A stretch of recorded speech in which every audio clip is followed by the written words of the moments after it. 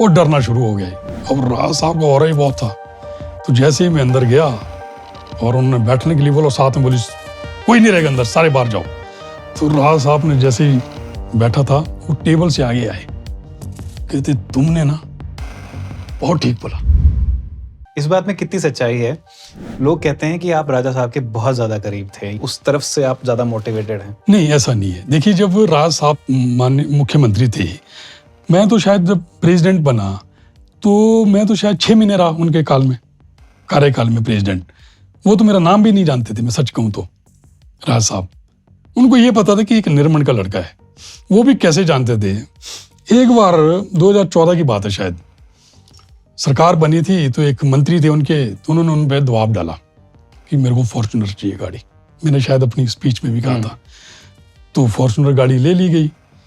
हम जो हमारे वहाँ पे कर्मचारी 2012 में कॉन्ट्रैक्ट पे आए थे, तो हमारी डिमांड की थी इनको सेक्रेटरी अलाउंस दे दिया जाए, पे दे दिया जाए अलाउंस 100-150 रुपया, ज़्यादा नहीं।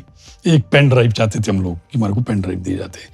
तो उसमें मुझे लगता है सारा ही जो खर्चा था 7-8 लाख का था, ज़्यादा नहीं था कोई। तो हमने रोष रैली की उसके लिए। तो मैं वाइस प्रेसिडेंट था शायद, हाँ 2014 में।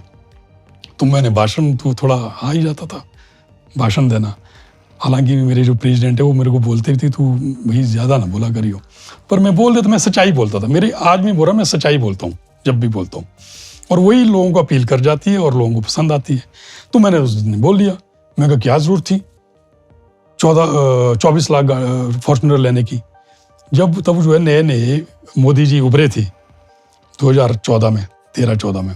तो मैं कहा जब मोदी जी स्कॉर्पियो, हाँ स्कॉर्पियो में घूम सकते हैं, 9 लाख की स्कॉर्पियो घूम सकते हैं, और श्रीमती सोनिया गांधी जी 12 लाख की टाटा सफारी में घूम सकती है, तो इनको 24 लाख गाड़ी लेने की क्या जरूरत है?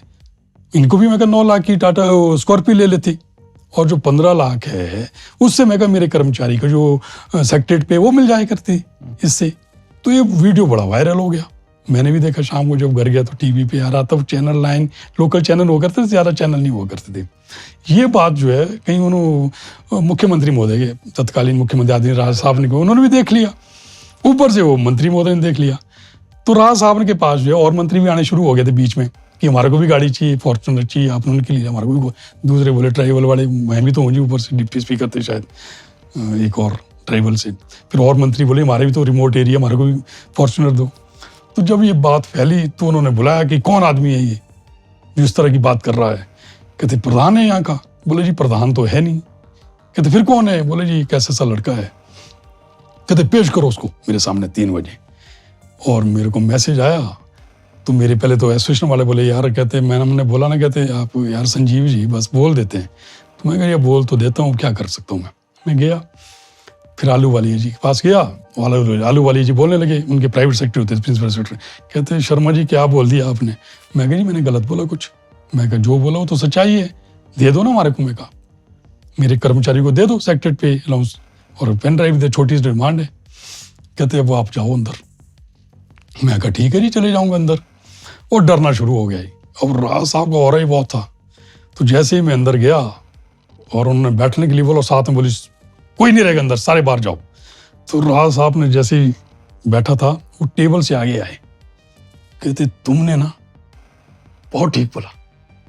मैं थोड़ी देर के लिए सुन हो गई, मैं कि क्या बोल रही? मैं कहा सर क्या बोला? कहते ठीक बोला तुमने, 24 लाख की गाड़ी। कहते जितनी भी है ना ये लोग सारे मेरे पास आ गए थे वो गाड़ी लेने की। कौन सी गाड़ी? मैं कहा फॉर्च्यूनर।